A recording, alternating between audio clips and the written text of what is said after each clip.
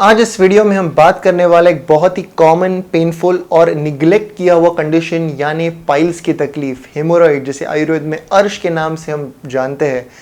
Piles की तकलीफ शुरुआत में पेशेंट को सिर्फ पेट साफ नहीं होना या स्टूल्स कड़क होना ऐसा पेशेंट्स कहते हैं, पर काफ़ी कम समय में हम देखते हैं कि ये इमरजेंसी या तकलीफ काफ़ी अनबेरेबल, पेनफुल तकलीफ बड़ी होते वक्त हम पेशेंट्स में देखते हैं।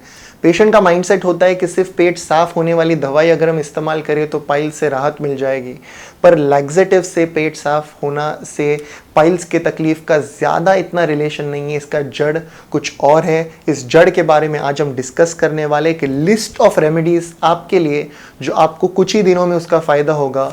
लिस्ट ऑफ रेमेडीज, चिकित्सा सिद्धांत हम जानेंगे कि आयुर्वेद अनुसार 2-3 बार ऑपरेशन हुआ है, बार बार पाइल्स की तकलीफ हो रही है, जो आज काफ़ी पेशेंट्स कहते हैं और काफ़ी पेशेंट्स को 100% कहा भी जाता है और इन्हें पता भी होता है कि एक बार ऑपरेट करने के बाद फिर से तकलीफ होने वाली है। हर एक अलग अलग विकार जो हम देखते हैं आयुर्वेद के पास, जैसे पेशेंट आते हैं वो 10-20 बार रियाकर होने के बाद ही आते हैं। सो ऐसे कई तकलीफ जो रियाकर रिलैप्स हो रहे हैं, 50 से भी ज़्यादा देशों में जब पेशेंट्स के साथ बात करते हैं हम देखते हैं कि पाइल्स की तकलीफ काफ़ी कॉमन है, निगलेक्ट की जाती है और सिर्फ पेट साफ वाली दवा से कुछ नहीं होने वाला है। इसकी जड़ को टारगेट करना, क्या है जड़, ये भी आज इस वीडियो में हम जानने वाले हैं। सो बात करते हैं कि रूट कॉज से किस तरीके से आयुर्वेद अनुसार इसे देखना चाहिए और किस तरीके से इसे पूरी तरह से हमें ख़त्म करना है, जानते हैं आज इस वीडियो में।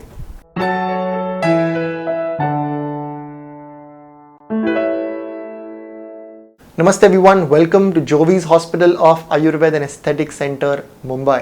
आयुर्वेद में इसे अर्श कहा है। हेमोरॉइड्स की तकलीफ हम देखते हैं कि 20 में से एक पेशेंट को ये तकलीफ हो रही है।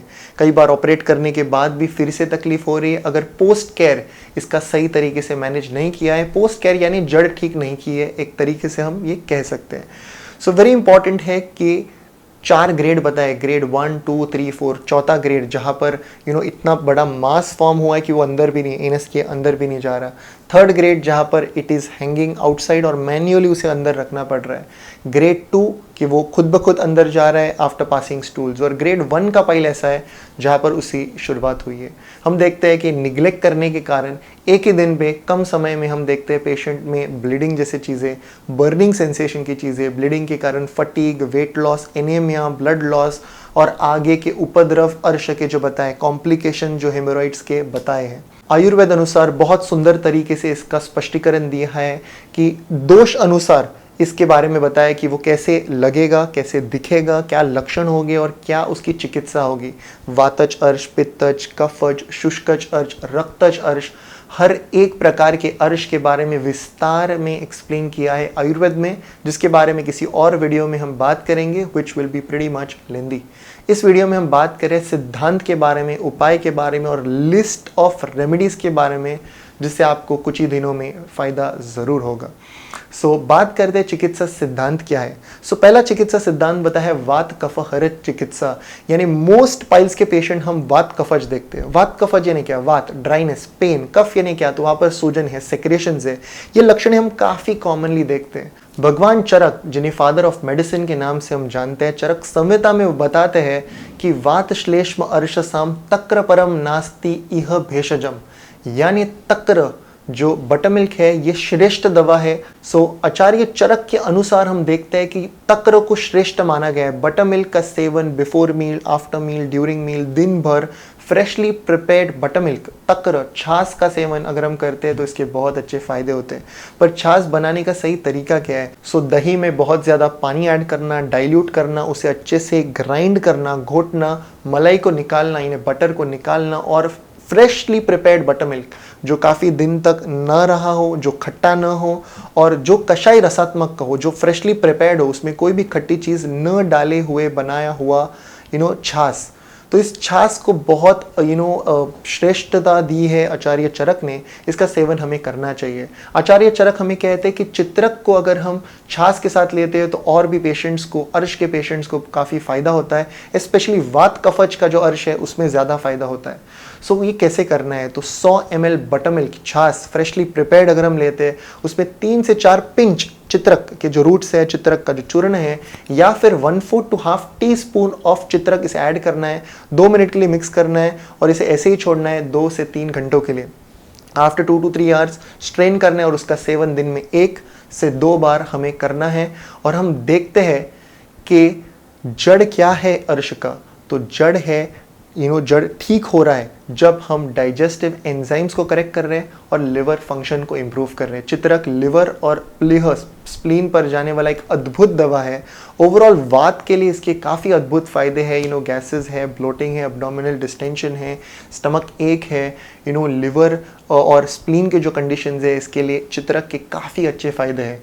सो चित्रक 1 से 2 बार इस तरीके से अगर हम सेवन करते हैं तो हम देखते हैं कि लिवर का फंक्शन इम्प्रूव हो रहा है, पाइल का जो पेन है, साइज है और जो डिस्चार्ज है ये कम होते हुए, और इस तरीके से हम बोल सकते हैं कि पेट साफ नहीं हो रहा बट पेशेंट का जड़ से उपाय हो रहा है चित्रक और तक्र के वजह से। तक्र परम नास्ति श्रेष्ठ माना गया है आचार्य चरक के अनुसार।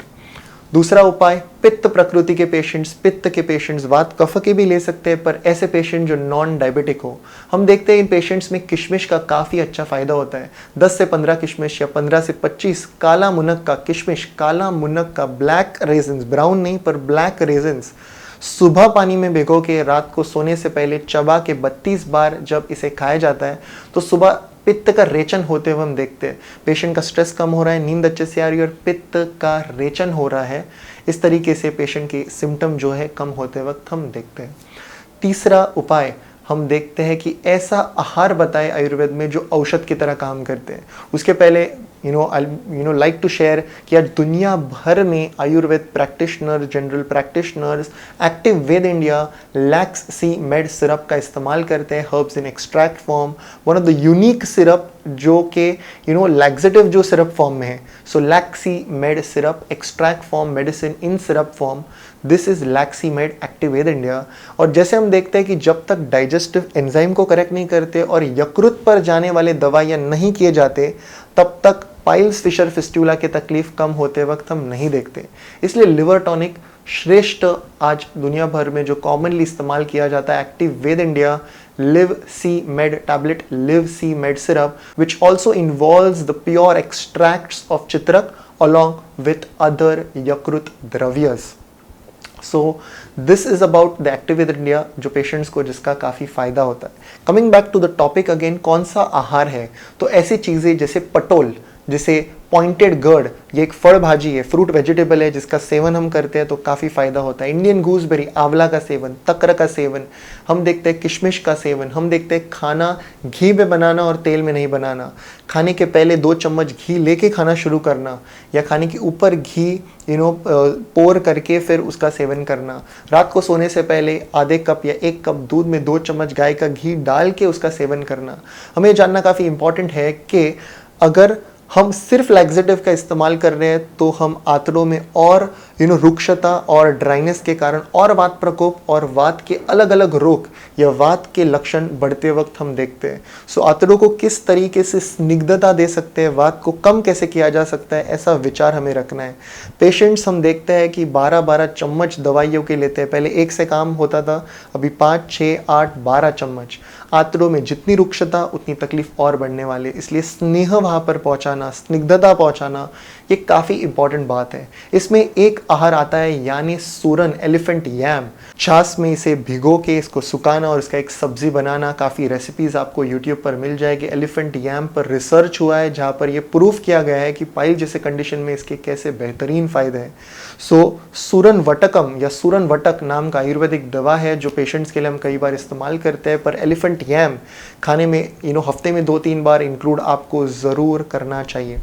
ऐसा पाइल्स है जहाँ पर सिर्फ पाइल मास है पर सेक्रेशंस नहीं है, कोई भी सेक्रेशन नहीं है। ऐसे जगहों पर हमें पता है कि कफ नहीं है पर वात है सिर्फ, तो ऐसे कंडीशन में क्या करना है, तो तिल का जो तेल है, तिल का तेल थोड़ा सा उस एरिया पर अप्लाई करना।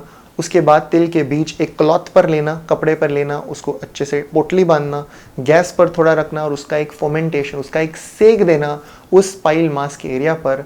उष्ण वीर्य के कारण हम देखते हैं कि किस तरीके से मास फॉर्म जो हुआ है वो कम हो रहा है।